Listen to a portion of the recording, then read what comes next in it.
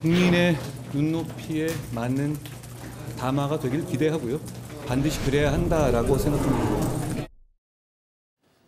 네, 오대영 라이브의 간판 코너 단도직입을 시작하겠습니다. 요즘 여당 안에서 쓴소리를 가장 많이 하는 분으로 정평이 나 있습니다. 김종혁 국민의힘 최고위원 스튜디오에 모셨습니다. 어서 오십시오. 안녕하세요. 예, 건전한 비판 많이 하는 걸로 국민들이 보고 있습니다. 고맙습니다. 오늘도 쓴소리를 좀 부탁드리려고 하는데, 일단 명태균 씨 녹취가 추가 공개됐거든요. 조금 전에.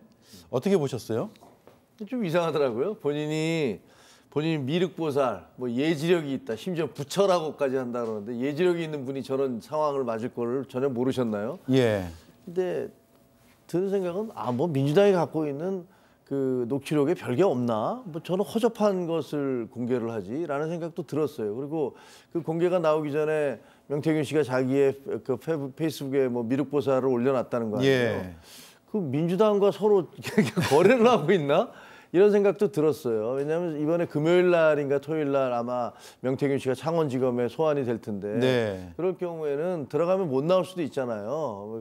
긴급 구속, 긴급 체포될 수도 있고 여러 가지 그동안에 논란이 있었던 것 때문에. 그래서 본인이 굉장히 심각한 그런 공황 상태, 정신적인 공황 상태가 아닌가 이런 생각이 들어요. 그래서 지금 나온 것 중에서 뭐 내가 뭐 함성득, 윤상현 이 두 분은 이제 동갑이잖아요. 네. 저도 뭐 동갑내기라서 다들 잘 아는 사람들인데 그 사람들 얘기를 하는 거 보니까 근데 거기에 무슨 뭐 범죄 혐의가 있는 것도 아니고 무슨 문제점을 알 수는 없거든요. 네. 그런 것들을 공개는 왜 했지라는 생각도 예. 어떻게 보면 그냥 사적인 얘기들을 막 하고 있는 건데. 예, 김건희 여사와 윤상현 의원이 통화를 했다라는 점을 추가로 담고 있긴 한데 물론 팩트인지 여부는 뭐 그들끼리의 얘기이기 때문에 좀 더 통화를 한들 어떻겠어요? 뭐 그 여당 의원이고 공천과 관련해서요. 공천과 관련해서 구체적으로 어떤 얘기를 했다는 얘기는 뭐 거기 나와 있으면 모르겠는데 그거는 저는 뭐 공천위원장 나중에 됐었죠. 그래서 그게 인과관계가 이렇게 확인되면 모를까.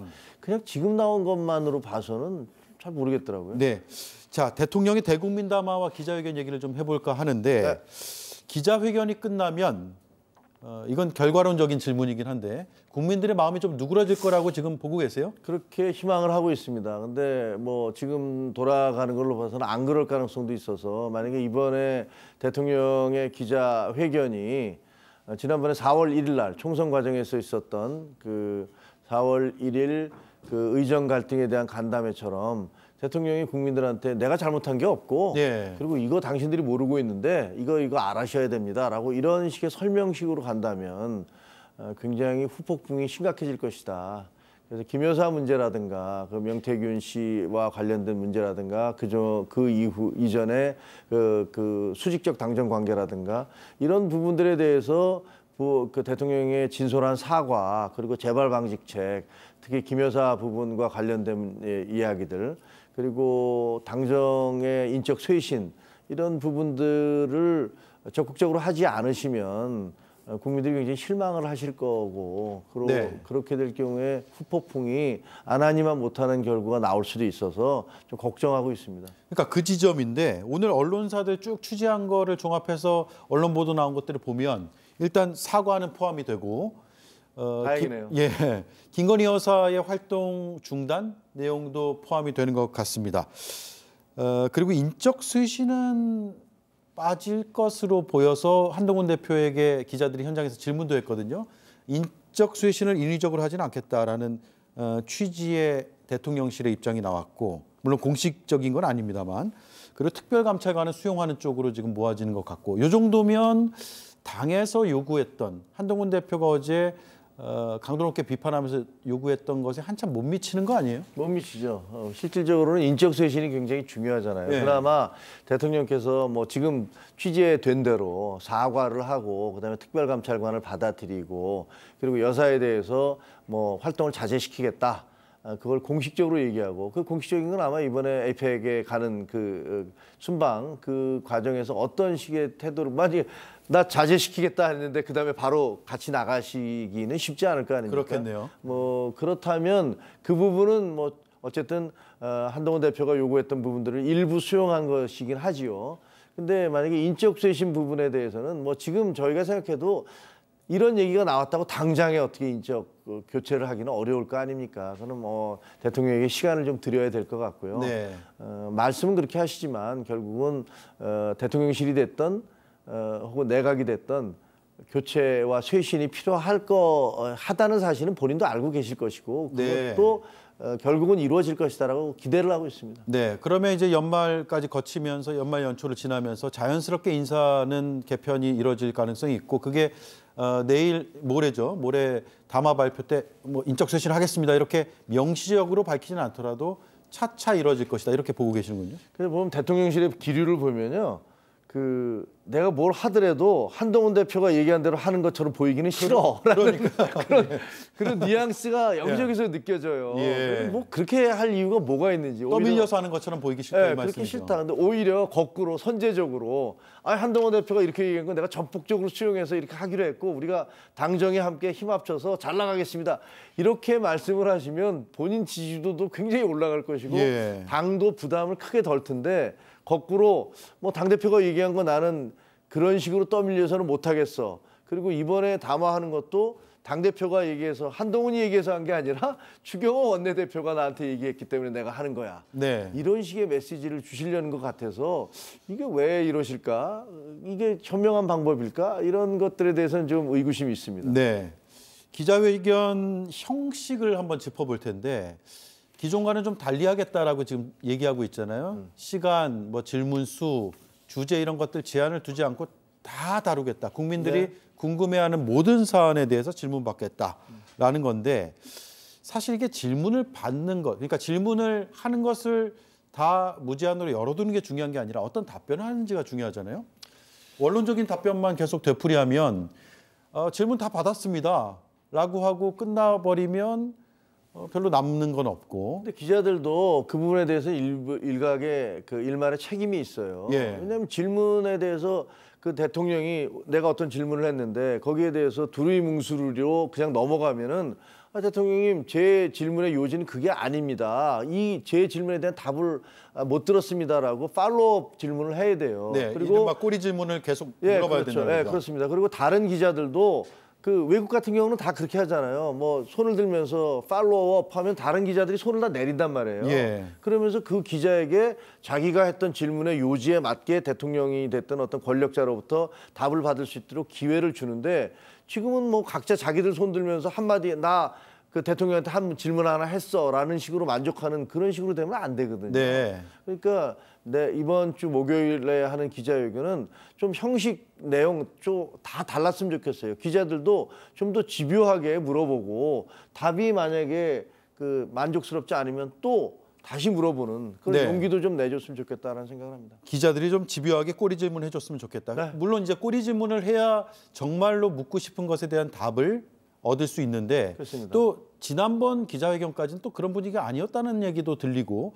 바로 질문한 다음에 마이크를 걷어가고 다음 질문자를 찾고 이런 과정이 있었던 것 같은데 역대 대통령 중에서 그렇게 한 분이 없어요. 예. 그냥 다 홍보수석이나 누가 지적을 하면 그냥 한마디 듣고 나서 그냥 사실상은 전혀 대답이 되지 않았는데도 다음 질문 이렇게 넘어갔거든요. 그러니까 지켜보는 국민들 입장에서는 특히 뭐 저희 같이 기자 출신의 입장에서는 저게 뭐야? 이런 생각이 겉핥기로 이렇게 지나가고 형식적으로 네, 그냥 질의응답하는 그렇죠. 것처럼 그렇습니다. 느껴지는데 기자들이 좀 김종혁 선배 기자 얘기를 듣고 자신 있게 좀 물어봤으면 좋겠다는 생각이 드네요.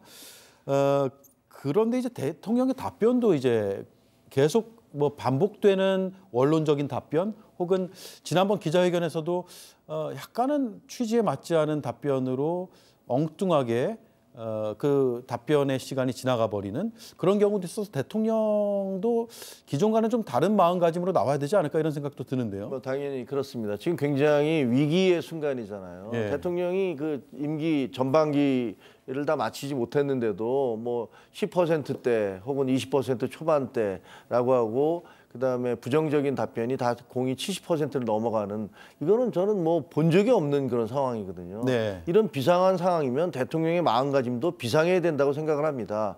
상황이 이렇게 엄혹한데 대통령은 뭐 이게 별거 아니다라고 생각하지는 않을 거라고 생각해요. 그래서 이번에는 분명히 좀 다른 모습을 보여주기를 저는 기대하고 있습니다. 네, 김건희 여사가 나올 것이냐 이게 상당히 궁금한데 한동훈 대표가 어제 이제 요구한 사항은 사과잖아요. 김건희 여사의 본인의 사과, 본인이 나와서 직접 하는 사과를 요구한 겁니까? 아니면 대통령이 이 모든 상황에 대한 전반적인 이제 도의적 정치적 책임을 표명하는 것을 의미한 건가요? 한동훈 대표가 어떤 생각에서 했는지 저는 알 수 없습니다만 예. 그러나 지난번에 대표 경선 과정에서 거기에 나왔던 4명의 후보 모두가 김건희 여사가 지금이라도 나와서 공식적으로 사과를 하셔야 된다라고 네. 얘기를 했습니다. 저도 그렇게 주장을 했고요. 그건 뭐 대리 사과라는 것들을 통해서 국민들이 만족 혹은 이제 마음이 풀리실 것 같지는 않아요. 김건희 여사는 대통령과 상관없이 뭐 이번에 대통령과 함께 나오지는 않을 거 아니에요. 부부가 함께 나오시지는 않을 텐데 나중에라도 분명히 본인의 네. 육성으로 국민께 사과를 드려야 된다고 생각을 합니다. 네. 자, 민주당에선 특검이 빠지면 안 된다 이렇게 계속 주장을 하고 있거든요. 특검에 대한 당론은 바뀌지 않은 게 국민의힘의 지금 입장이고 그렇다면 이번에 특검에 대한 이야기가 이제 수용 가능성은 대통령도 없어 보이는데 그 정도로 국민이 만족하지 않으면 그때 돼서는 국민의힘 입장이 좀 바뀔 수가 있나요? 정치적으로는 뭐 정치는 생물이기 때문에 만약에 대통령이나 여사에 대한 그 지지가 정말 바닥을 치고 그다음에 아무것도 해결되지 않았다라는 그런 국민적 분노가 있으면 어떻게 바뀔지는 알 수가 없는 거죠. 왜냐하면 네. 지난번에도 우리가 4표가 이탈표가 있었잖아요. 그리고 이번에 또 어떤 이탈표가 있을지 저희는 모르겠습니다. 그러나 기본적으로 저희는 그 민주당이 일방적으로 본인들이 특검을 발의하고 본인들이 특검을 임명을 하겠다. 네. 여야의 협의 없이 그냥 다수당이라는 걸로 해서 자기가 그냥 밀어붙이겠다. 이런 특검은 옳지 않다. 그리고 13개나 되는 13개인가요? 뭐 온갖 혐의를 다 집어넣어서 두루뭉술로 뭐 처음부터 끝까지 다 깝대기를 벗기겠다는 식의 특검은 말이 안 된다고 생각을 하고요. 그리고 한편으로는 특검을 하자 그러면서 다른 한편으로는 길거리에 나가서 장외 집회를 하잖아요. 규탄 집회를 하잖아요. 네. 뭘 어떻게 하자는 거냐. 그러다가 또 다른 쪽으로는 그중에 일부만 빼내서 할 테니까 우리하고 협상을 하자. 이렇게 얘기를 하고 민주당의 특검 요구가 도대체 정확히 무엇을 노리고 있는지는 잘 모르겠어요. 네. 오늘 라디오 인터뷰에서 이 내용을 공개하셨던데 한동훈 대표가 최근 윤석열 대통령 독대라는 표현은 잘 안 썼죠. 면담한 자리에서 명태균 씨 녹취 관련해서 어떻게 된 일인지 물었는데 대통령이 별 문제가 없는 거고 과장된 얘기다라고 답을 했다라고 전해주셨는데 모레 회견에서도 비슷한 답이 나올 가능성이 있어 보이는데 어떻게 예측하세요? 그렇게 하시면 안 되죠. 예. 왜냐하면 처음에 이제 저희가 이 명태균 사태가 터졌을 때 당에서 내용을 좀 알려달라. 그래야지 우리가 방어할 수 있지 않느냐라고 했지만 아무런 대답을 못 들었고 네. 그다음에 한동훈 대표가 대통령을 만났을 때도 대통령께 명태균 그 문제는 어떻게 된 겁니까? 라고 뭐 여쭤본 걸로 알고 있어요. 근데 그게 별게 아니고 과장된 거다라는 답을 들은 걸로 저는 이제 간접적으로 들었는데 이번에 그 녹취록이 대통령의 음성이 직접 공개됐잖아요. 그건 그 이전에 2번밖에 경선 과정에서 만난 적이 없다라고 얘기한 것과는 또 사뭇 얘기가 다르기 때문에 네. 진실성 여부가 이제 깨져버린 거예요. 그래서 그 대통령께서 분명하게 이 명태균 사태는 어떤 것이었고 그다음에 본인들이 다 아실 거 아니에요. 부인과 영부인과 이렇게 얘기를 하다 보면 어떤 얘기가 있었는지 기록도 다 남아 있을 것이고, 그러니까 그것을 국민께 소상히 아뢰고 잘못한 게 있으면 잘못됐다. 우리가 그런 사람들을 만나서 뭐 그런 얘기를 주고받은 것은 잘못됐다고 생각한다. 죄송하다라고 얘기를 하고, 네. 그다음에 실상은 이랬다라는 것도 밝혀주시는 게 필요하다고 생각합니다. 네. 자, 여론조사 얘기로 마지막 질문을 드릴 텐데요. 지금 당의 지지율이 대통령의 지지율보다 수치상으로 높게 나오잖아요. 높게 나온 지 좀 됐습니다. 민심의 요구는 뭘까요? 한동훈 대표가 좀 더 주도권을 가지고 이 당정 관계에서 역할을 해달라 이런 민심의 요구로 보세요? 그렇습니다. 그 대통령, 우리는 국민의 눈높이를 계속 얘기하고 있지 않습니까? 그리고 당정 갈등이 없는 게 정치의 목적이 아니라 당정 갈등이 있다 하더라도 문제를 해결하는 것이 정치의 목적이다라고 거듭 얘기하고 있습니다. 네. 친윤이나 이런 분들은 왜 자꾸 당정 갈등을 만들어내냐 시끄럽게. 근데 이거 덮어놓고 있으면 문제가 해결됩니까? 오히려 이런 것들이 골물대로 골마서 나중에는 치료를 하면 끝날 것을 손가락을 자르고 팔을 자르는 일까지 혹은 생명을 잃는 일까지 생길 수가 있습니다.